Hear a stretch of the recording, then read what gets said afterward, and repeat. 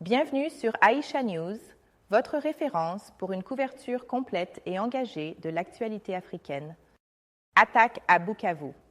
Que s'est-il passé lors du meeting du M23?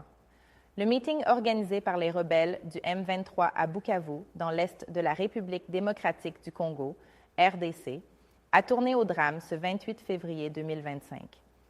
Des explosions et des coups de feu ont plongé la foule dans la panique, laissant derrière eux un bilan tragique, au moins 11 morts et 60 blessés, selon une source hospitalière citée par l'AFP. Le déroulé des événements.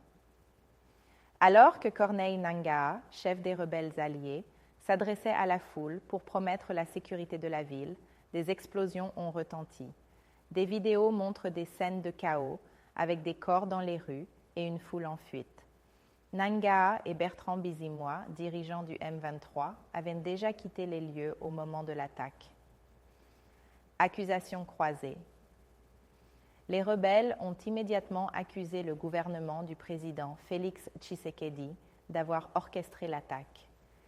Tshisekedi, quant à lui, a pointé du doigt une armée étrangère, faisant implicitement référence au Rwanda, accusé de soutenir le M23. Le Rwanda nie toute implication, mais adopte une posture défensive, invoquant des menaces à sa sécurité. Le M23, soutenu par le Rwanda selon l'ONU, a pris le contrôle de Bukavu et de Goma, les deux plus grandes villes de l'Est de la RDC, depuis janvier 2025.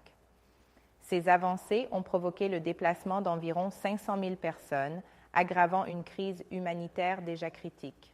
L'Union africaine et les Nations unies ont appelé à un cessez-le-feu et au retrait des rebelles des zones qu'ils contrôlent. Cependant, les tensions persistent et l'avenir de la région reste incertain. Et vous, que pensez-vous de cette situation? Laissez un commentaire pour partager votre avis sur ce conflit et ses implications pour la région. Abonnez-vous à notre chaîne pour suivre l'actualité africaine, les conflits et les analyses géopolitiques en temps réel.